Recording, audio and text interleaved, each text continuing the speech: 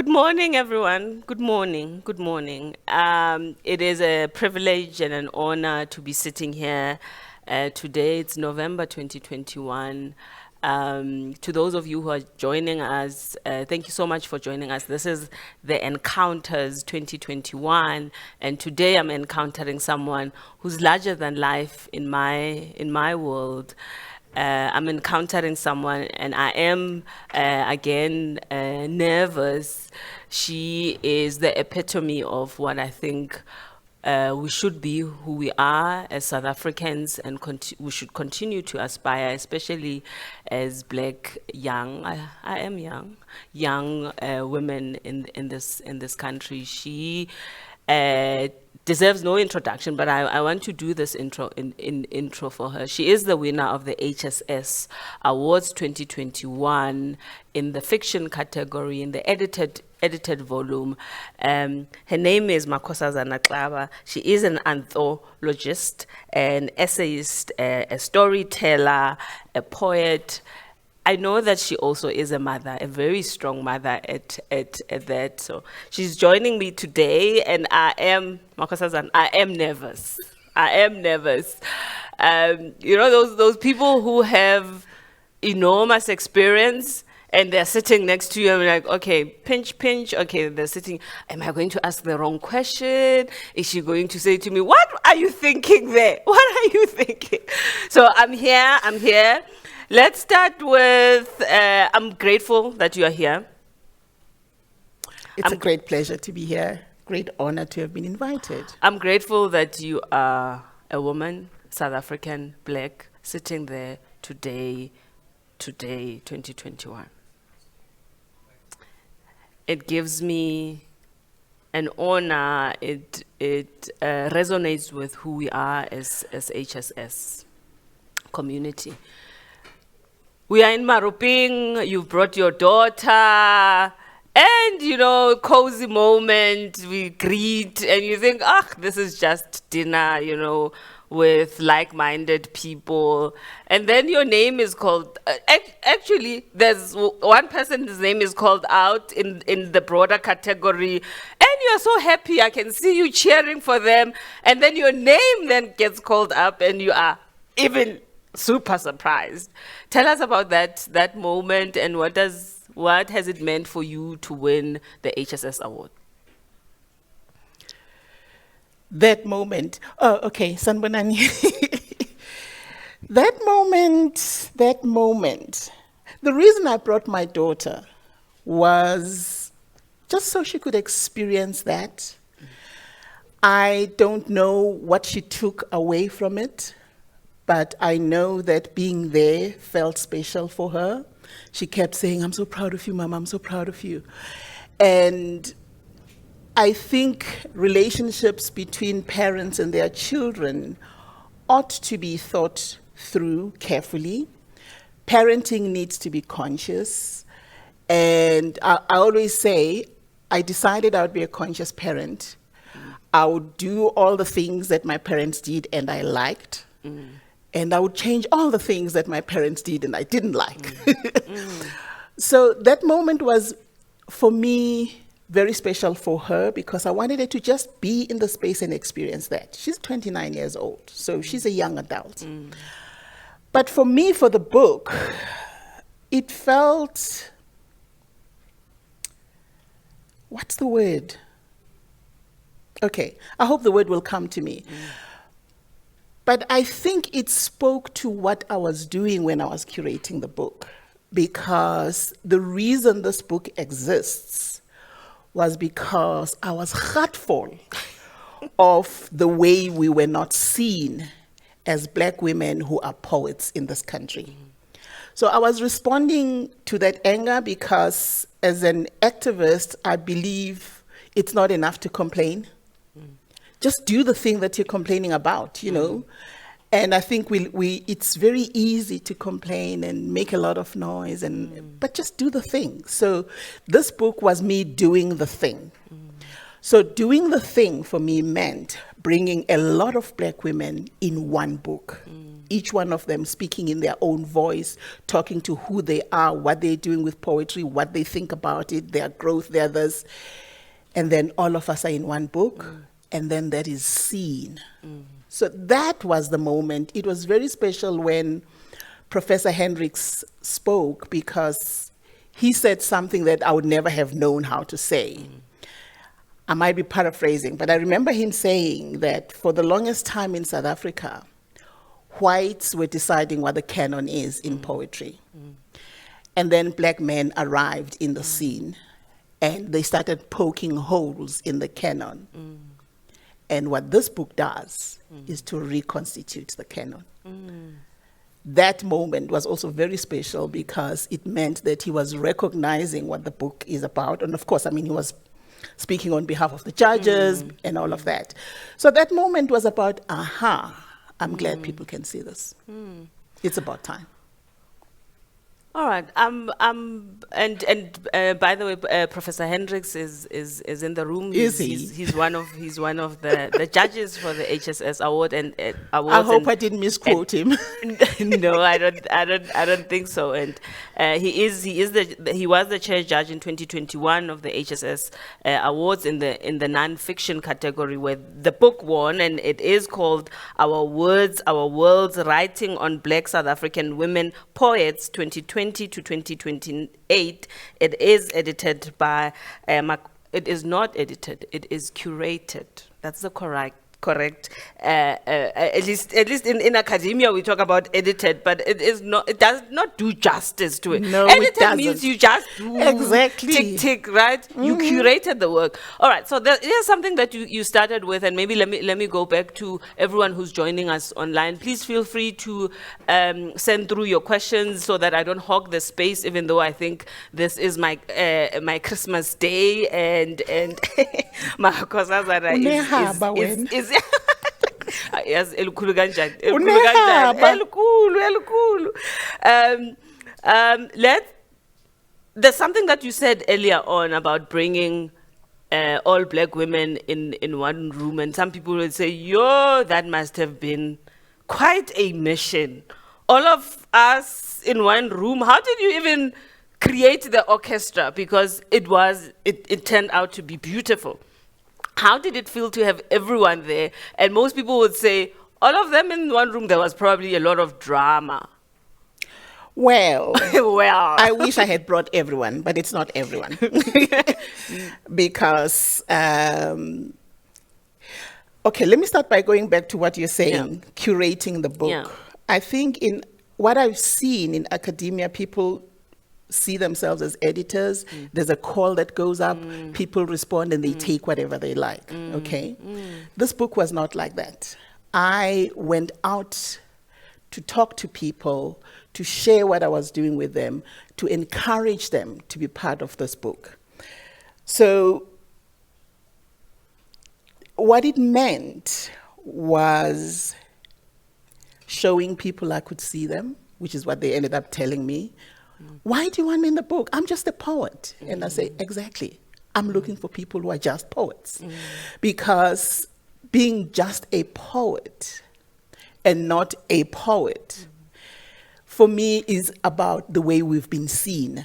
Okay? Whenever an anthology has come out in South Africa, and I do the counting, okay, with time, women are coming in, but you can see that there's a lot of them that are not included.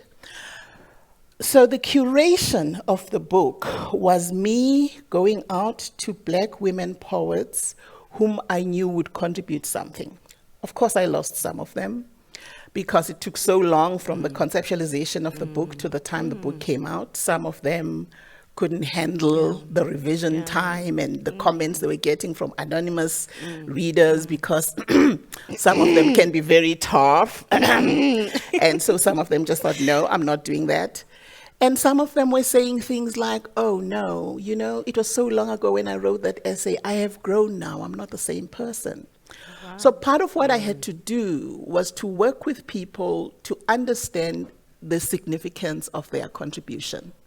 And the fact that even if they look back at that moment and they think, oh no, I was so young, it's important to record it. Yeah. Nobody stays young. Every day you grow older. So if you can't honor a particular moment, then you're not honoring yourself. So it was a lot of work. It was a lot of, now there's a joke now about Kosi's prison, because when I had conversations with some of the contributors, and it became clear to me that the issue is that they don't have a room of their own to write in. Yeah. I offered them to come home, to my home, and sit in my writing room and write. So the joke is, oh, Kosi took me to a prison. So that was, those were all the things that were involved, making people recognize who they are and the fact that they are honored enough. Some of them had never written anything outside of poetry, and they appear in the middle section of the book, which is personal essays. So for some of them, it was just like, oh no, I'm just a poet. You want me to write an essay? I say, yeah, but it's an essay about your life. Yeah. So personal essay is a genre. So it was a lot of logistics and gymnastics and sitting in coffee shops and having conversations and following up on deadlines and waiting for the reviewers to submit their reports. So yeah. It is a volume published by UKZN Press. You mentioned something that I wanted to ask you. Most people, when we think of the work that you do and the work broadly in the creatives, people think that you just wake up and you imagine a poem or an essay, and now you're telling us you even have a writing room. So I wanted to ask you, what is your philosophy around writing? What is your, if there is your ritual, if there is something called the ritual of writing? What is that for you? And because there are a lot of upcoming writers, thinkers who are looking up to you and thinking, how do I do it? How does she do it so that maybe I can learn one or two things from her? I wish I had a ritual. I wish I had a philosophy. I have none of those. And I often say to people, the fact that I started embracing writing so late in my life means that I'm just in a rush to write the things that I want to see written. Now, if I had the luxury of not having to earn a salary, maybe I would develop rituals and do. I still have to work to earn a salary, and this book was done out of my own time for the 6 years and 6 days. Sure. From the day it was conceptualized to the day it came out in the world. And the reason I remember the day it was conceptualized, because maybe that's slightly related to the ritual bit, though it's not a writing ritual per se.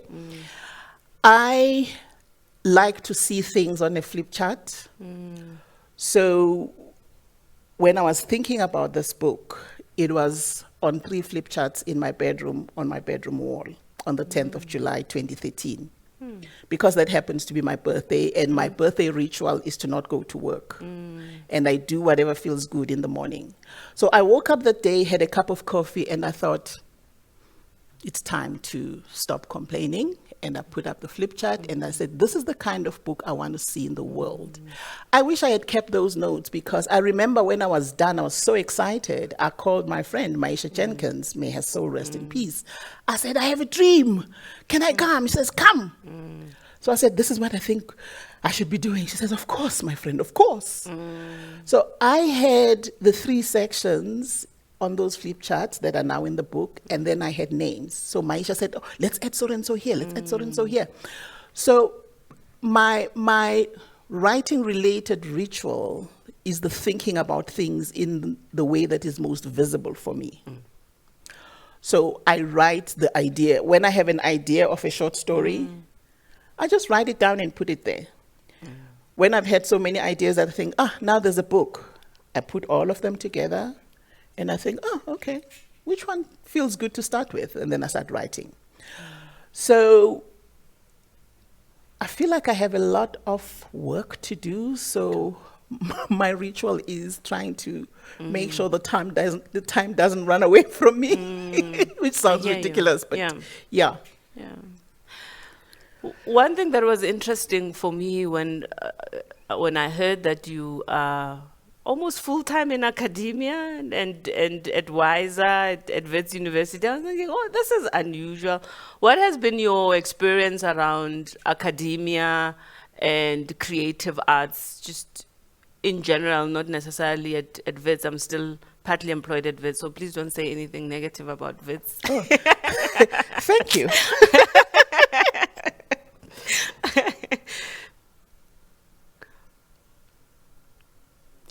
It's been varied.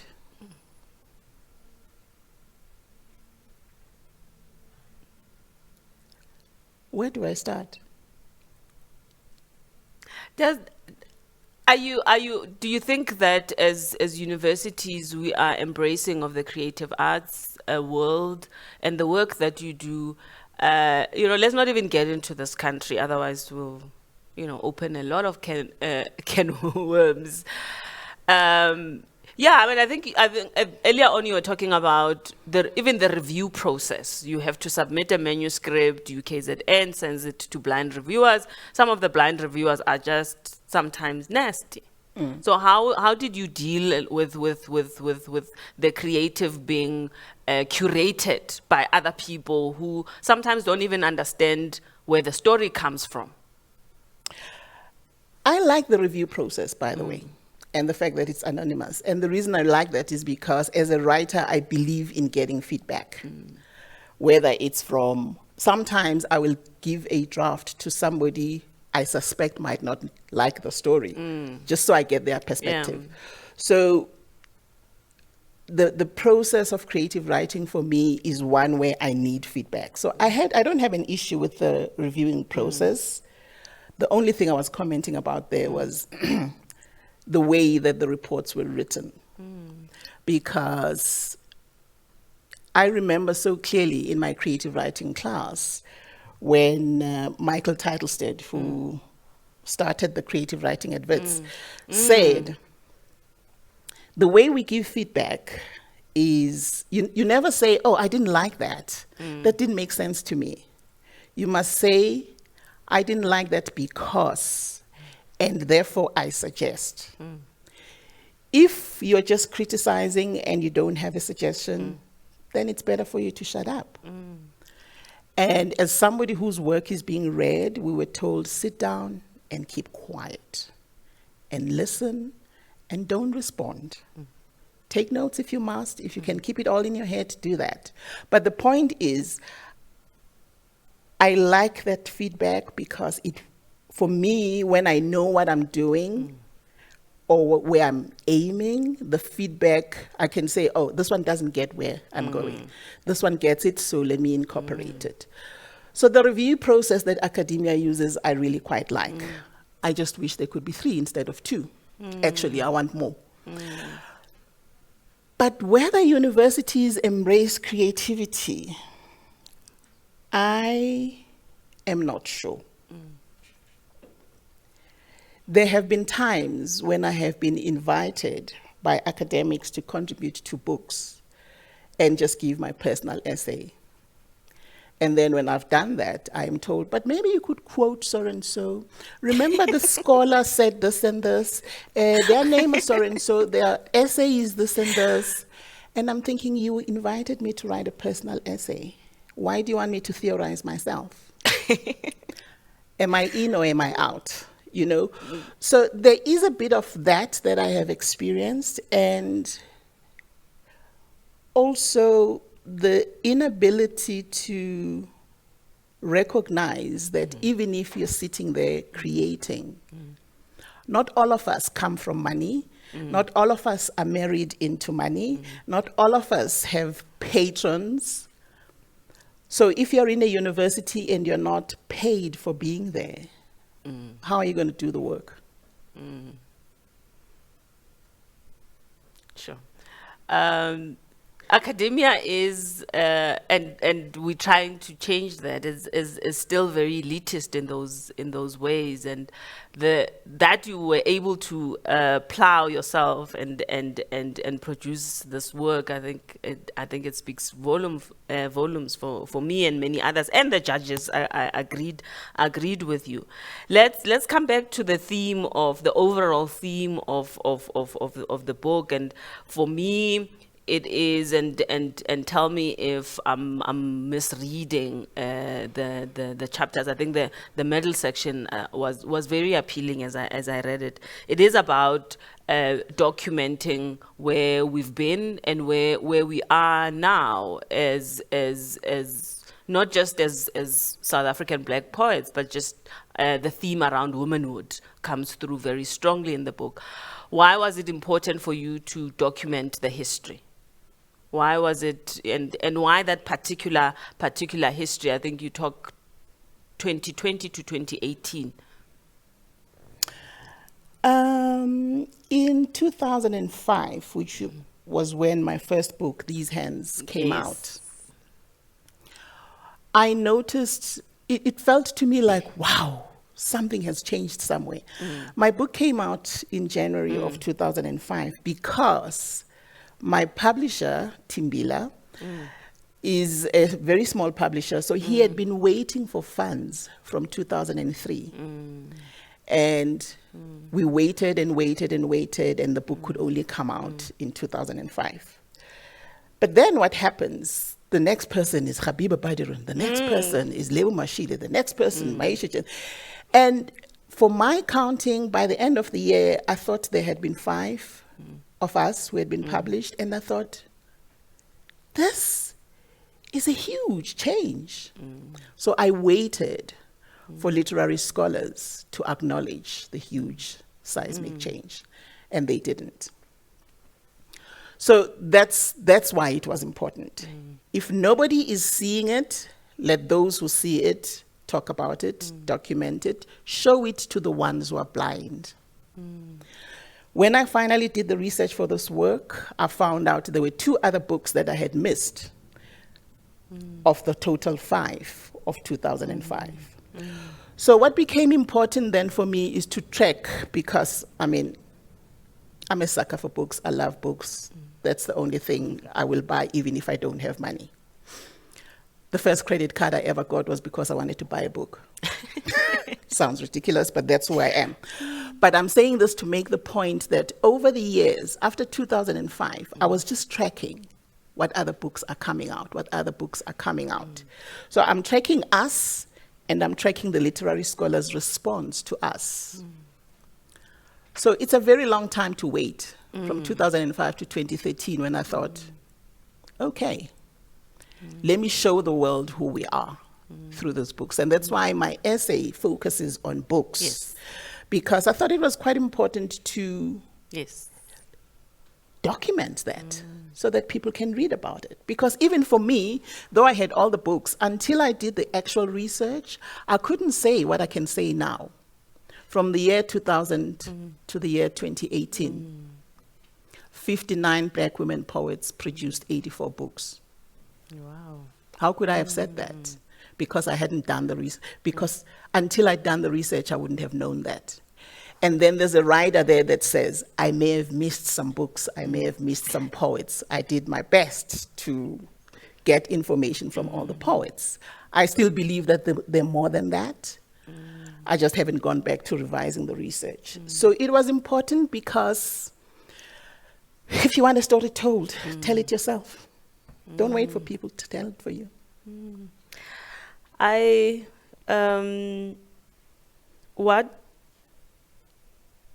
it is an obvious question, but let me still ask you, what is the role of the creatives? What is the role of poetry in any modern society, or in any society? And I don't know why I'm saying modern society, in current society, in current South Africa. What is the role of a poet? I don't know. It's to speak their truth. I want to find something that I invited Habiba to write an introduction. An intro, yeah. I'll refer with you. Let's refer with each other. And Page? I want to read what she said on page 4, the third paragraph.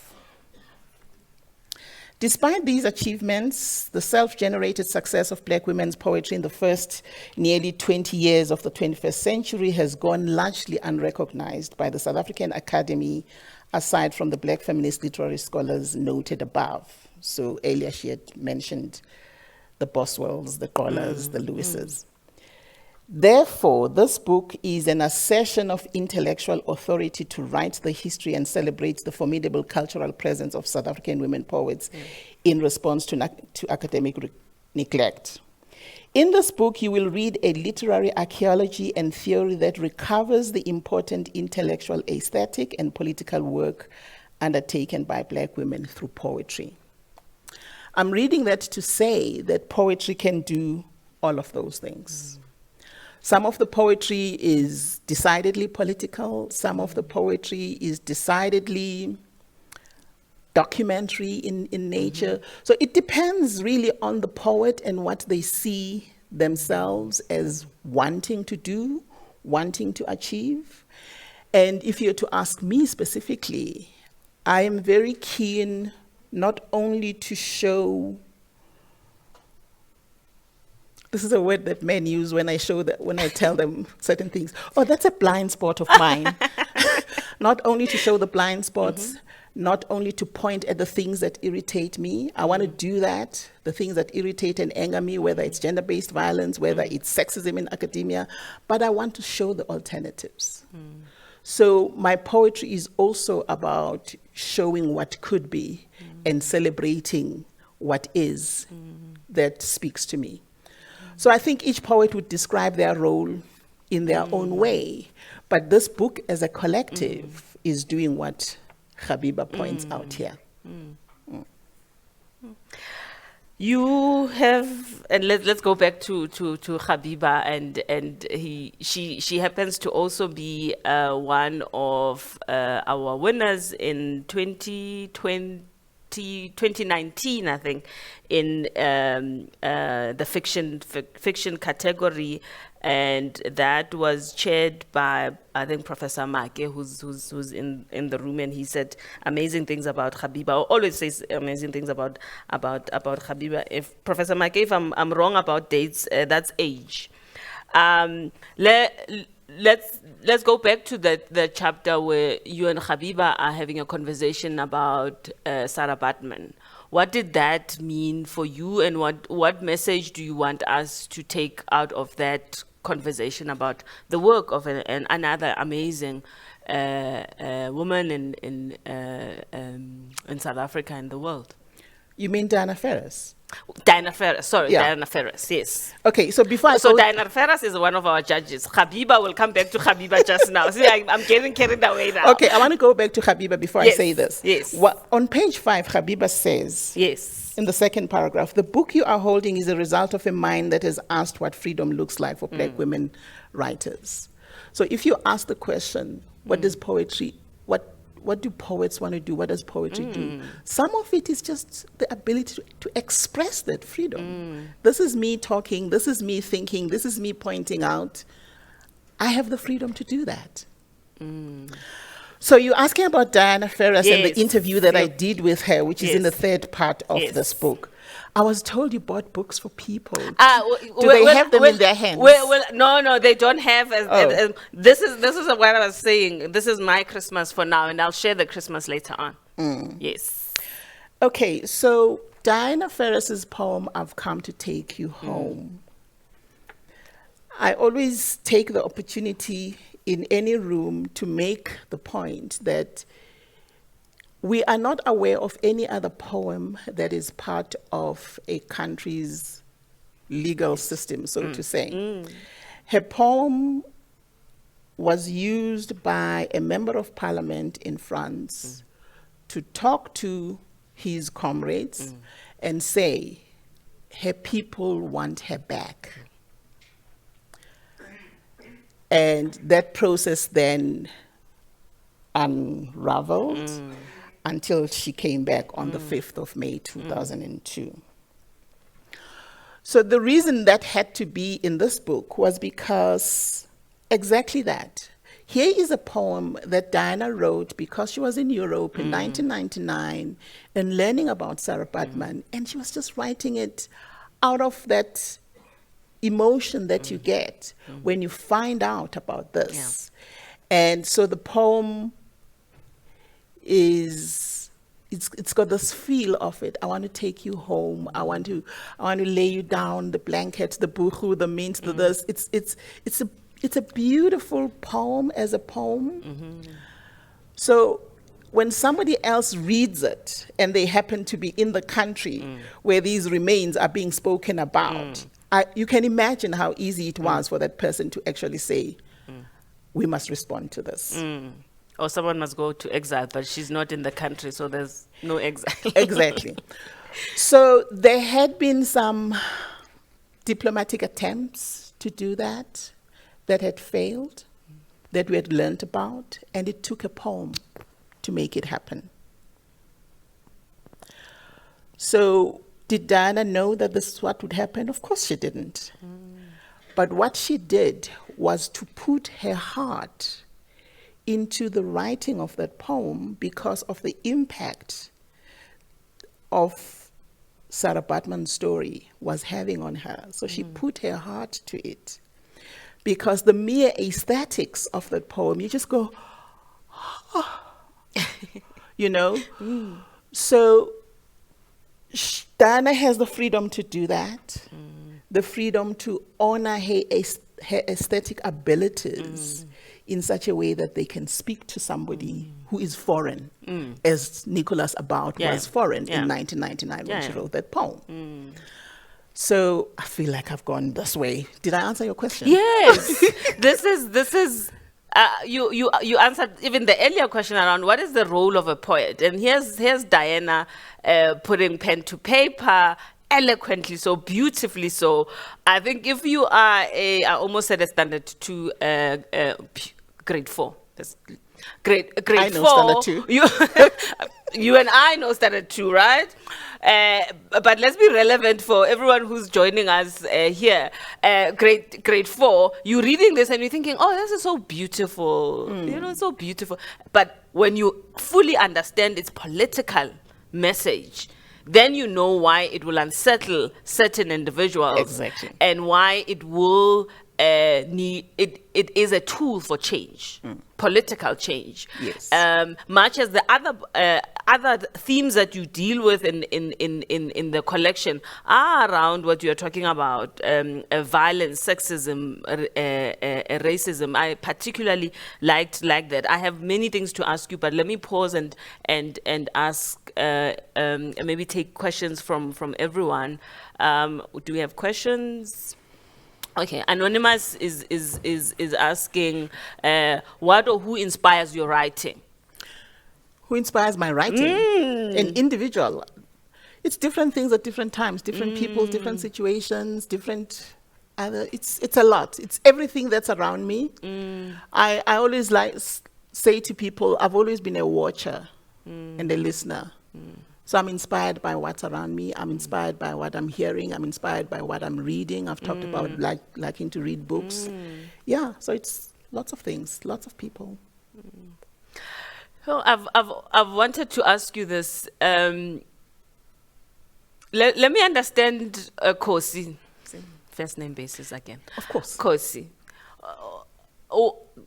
Background, where's home? Where's the umbilical cord? The umbilical cord, my mother told me, is in a town called Greytown. Why? No, it can't be. But close, right? It's north of Pietermaritzburg. Yeah, I know the place very well. Wow. Is it called Ndlalakahle? There is a township close to Greytown called Ndlalakahle. Well, I don't know the township. The story goes, my parents were living in Pietermaritzburg, and it was during both of them were teachers. So it was during the winter break when they decided to visit their aunt, who is the sister to my mother's father. Okay, so Ukoko, but yeah. So they decide to visit, And she was a midwife. The story goes she used to ride a bicycle delivering people's babies in a bicycle. And so when people ask who inspires me, that story inspired me so much that I wrote it in a personal essay that is called Just Keep Breathing. Because here is an aunt of mine who rides a bicycle and, So my parents are visiting, and when it's time to go back, apparently she said to her Mshan, no, but you can't go back. This baby is going to come out soon. Don't go. So my dad was ordered to go back to Pietermaritzburg, and she stayed. And that's how I was born in July on the 10th, in their home, in her presence. So I was delivered by my mother's aunt in her home. So that's where I was born. That's where my umbilical cord is. I don't know if my mother took it back to Pietermaritzburg with her. I never asked her that. It sounds like you come from a lineage of matriarchs. If I don't know if in the KZN context, but it sounds like you had very strong women behind you, next to you, in front of you. Did that inspire you? I would say yes, because my mother was a school teacher, but she had more education than my father. My father was also a school teacher. And this is when you start seeing certain things and thinking, there's something wrong with this picture. So my father was a school teacher, and he had gone up to Form 3 and then did a teaching diploma. And that's how he went into the teaching field. My mother finished matric at Inanda Seminary in the 40s. Then she went to Lovedale to do a 3-year diploma in domestic science.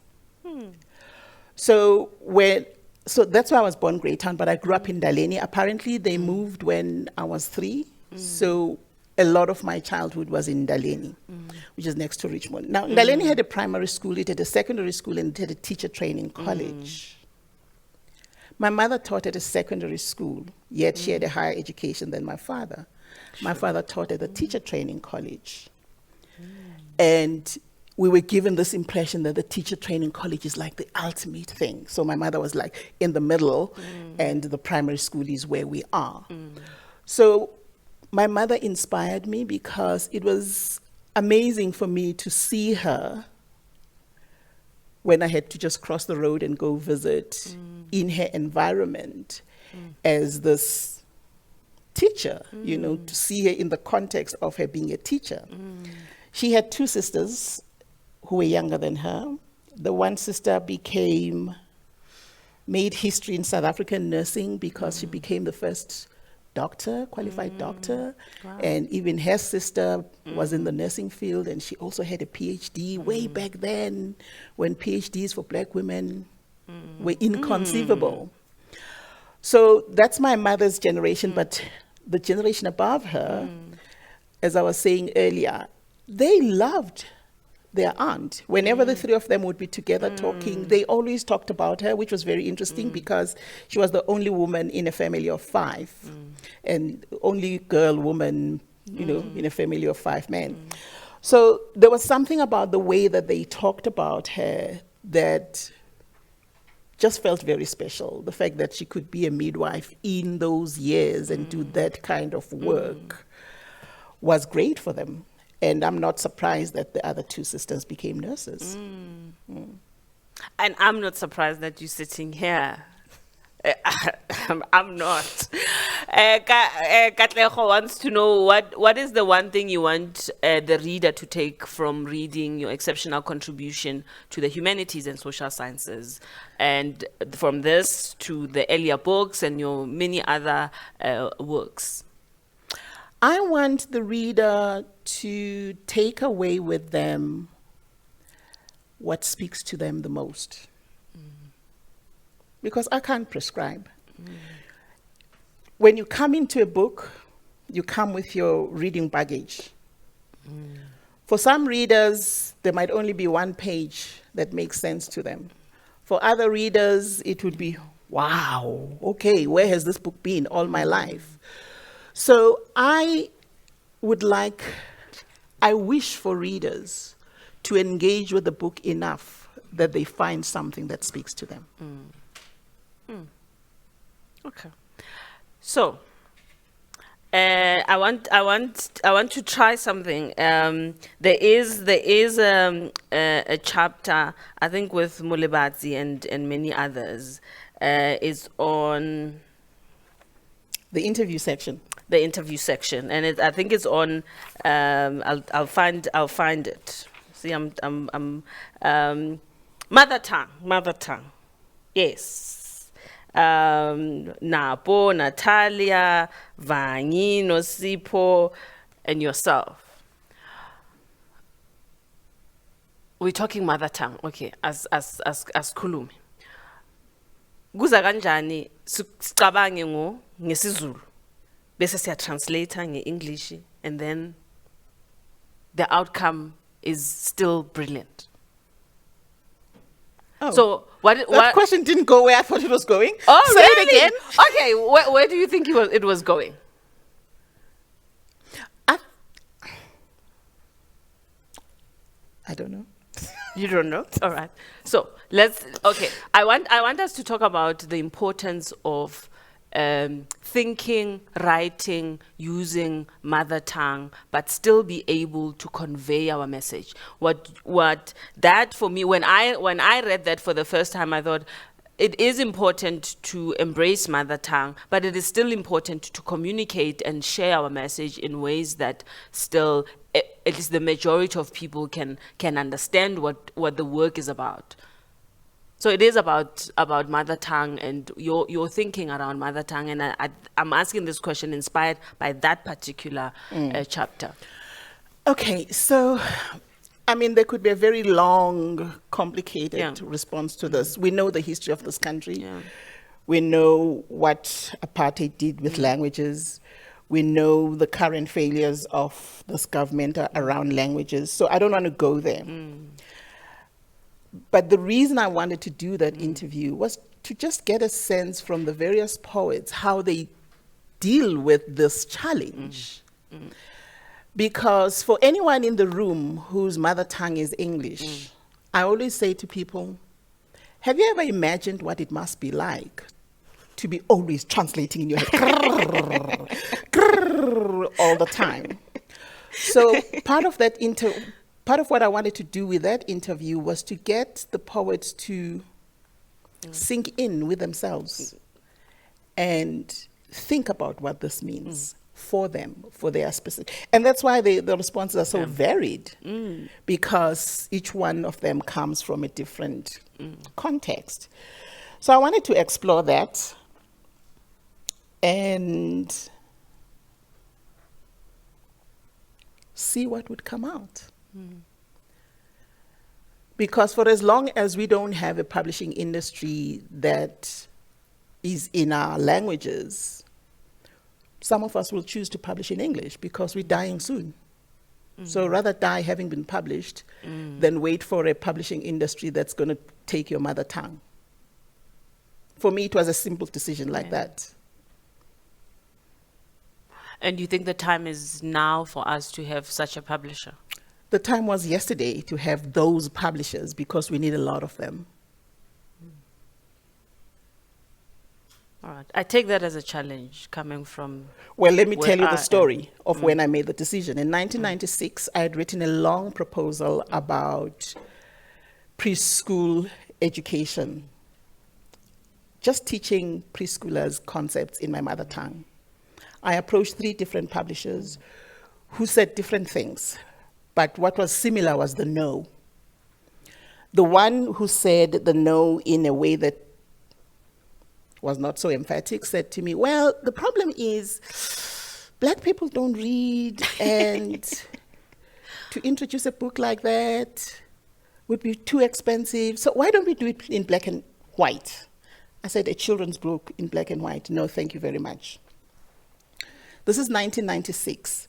So I waited until 2006 to find a publisher, New Trend Publishers, who was willing to publish 3 of the 20 books that were in my proposal in isiZulu. Basic preschool thing, teaching various concepts.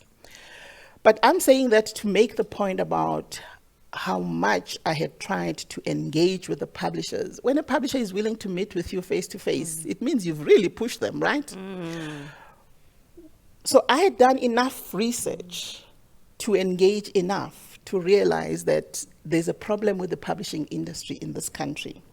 So, are you going to wait for the publishing industry to publish you in your mother tongue, or are you going to start writing now in the tongue of your communication and be published before you die?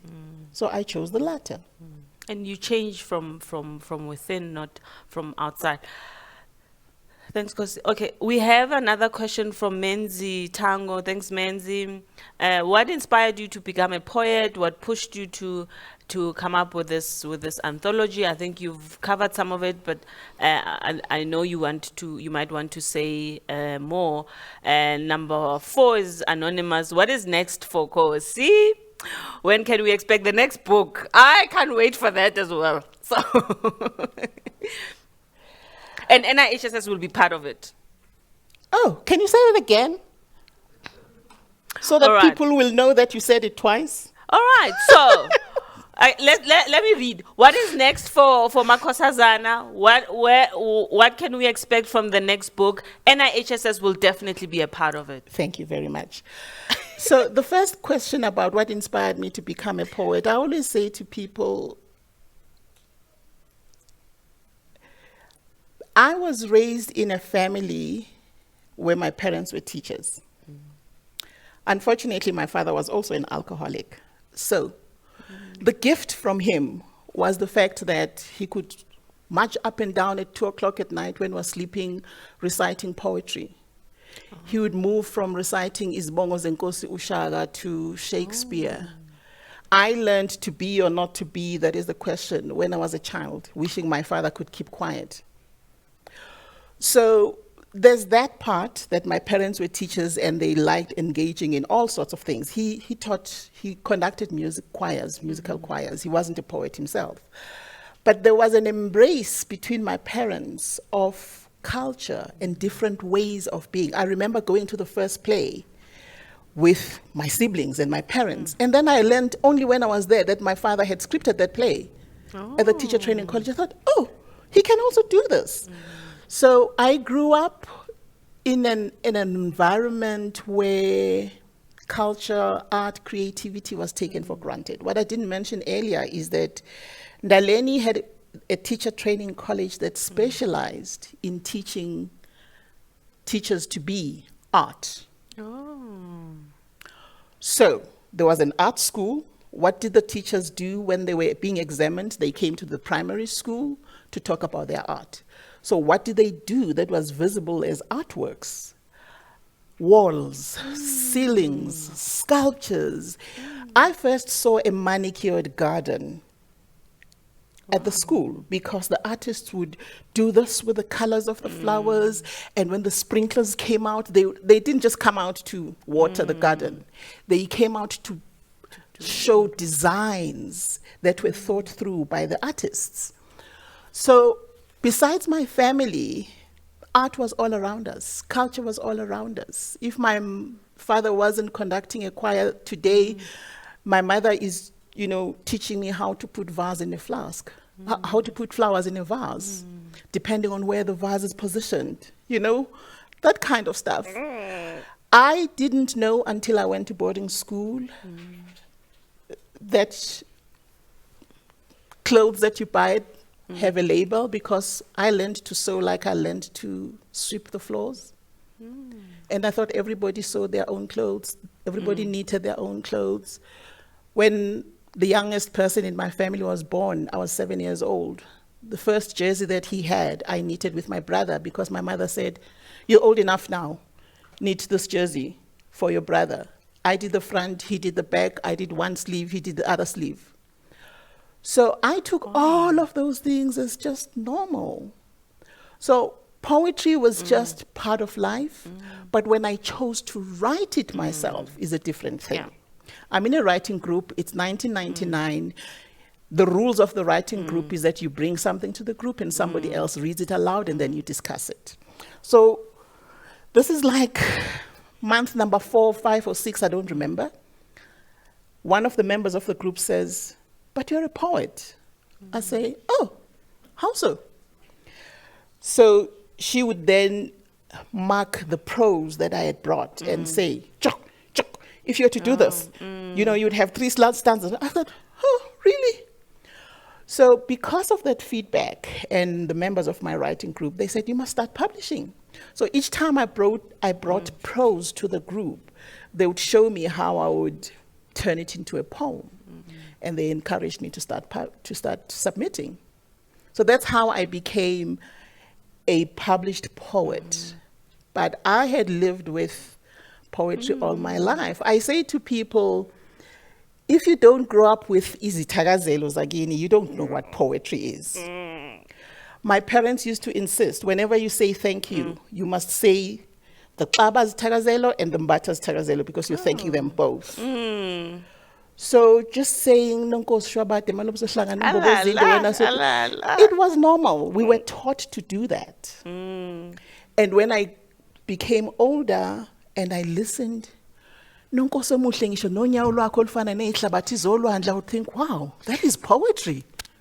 Ngabe wayenzeni lo nonkosi to have unyawo olufana nezihlabathi zolwandle? You know, so you get that pride from izithakazelo and you think, "Oh, okay, so we must have been important wherever we came from." But I started appreciating the poetry from izithakazelo as a very young girl. Sure. All right. I'm getting carried away. I'm not sure about. Did I answer the other question? You did, and you also accepted our invitation to be part of the next book. What is the next book? The next book is called "The Art of Waiting for Tales: Found Poetry from Grace, a Novel." Can you believe that? I can see NIHSS all over it. I can see the logo already. I can see it. So let's make it work. We will see it, right? I hope so. Sometime soon. We'll make it work. Final question. Anonymous asked, what do you think should be the criteria for reviewing a manuscript in this genre, fiction, non-fiction, anything? What do you think should be the criteria? And I can imagine so think about the HSS Awards and how we've looked at the different submissions and the awards. The submissions just closed actually on the 1st of November, and we are hosting the next HSS Awards in the last, I think, the 30th of March in 2022. So that work has started.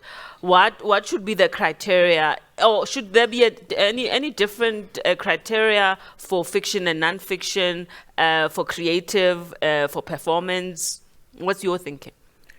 I think criteria should be specific to the genre. And I've never had to really sit down and design that. When publishers have asked me to review manuscripts, they send me questions and I respond to the questions. So sitting down to think, what should be the criteria? I think that's a very big question that I can't answer now. But I'm always fascinated by the question, so should we publish this book? Because your answer is always yes. The question for me is reviewing about a recommendation for publication, or is reviewing about giving feedback so that you can improve the manuscript that you've already decided you're publishing? Wow. You see what I'm saying? For instance, the reviewers of this book that is coming up, The Art of Waiting for Tales, one reviewer said, no, this should not be published. It's too on the edge, it's too risky, it's never been done in South Africa, and poetry doesn't sell anyway, so I do not recommend publication. The other reviewer uses close to the same words. This has never been done, it's groundbreaking, let's publish it for those reasons. So when I see that question, I'm thinking, no, that shouldn't be the question. So I think that publishers should have decided by the time they send to reviewers that they're publishing the thing. They just want a focus that will make the thing better. All right. I want to. But then I'm not a publisher, so. For now. So let me close the session and thank you, Kosi, for the conversation.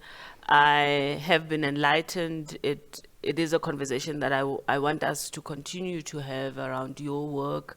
I would love it if you were to interact with some of our alumni, the graduates, and also the doctoral students. So I'm going to ask some of our mentors to invite you to some of their writing retreats or even just workshops, because I think there's so much that even just sitting there and listening to some of their questions, you could help them get there even quicker, or even help them rethink some of what they are thinking about. But I also think that generally South Africa needs to hear you more. So it has been a privilege sitting here and listening to your personal stories, your amazing journey to get us to this point. I know that I certainly, as NIHSS, I'm sure the team is going to agree. I certainly don't make the decisions alone. The team is here, will agree with me that we want to be part of your next book.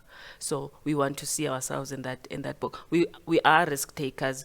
I remember being challenged by my own university, Wits University. Someone says, the way that you want to do things, you want to disrupt how we are doing things at Wits. And I said, actually, and I was very angry, and I wrote to the then Vice Chancellor, Professor Habib, and I said, look at this person is saying we want to disrupt.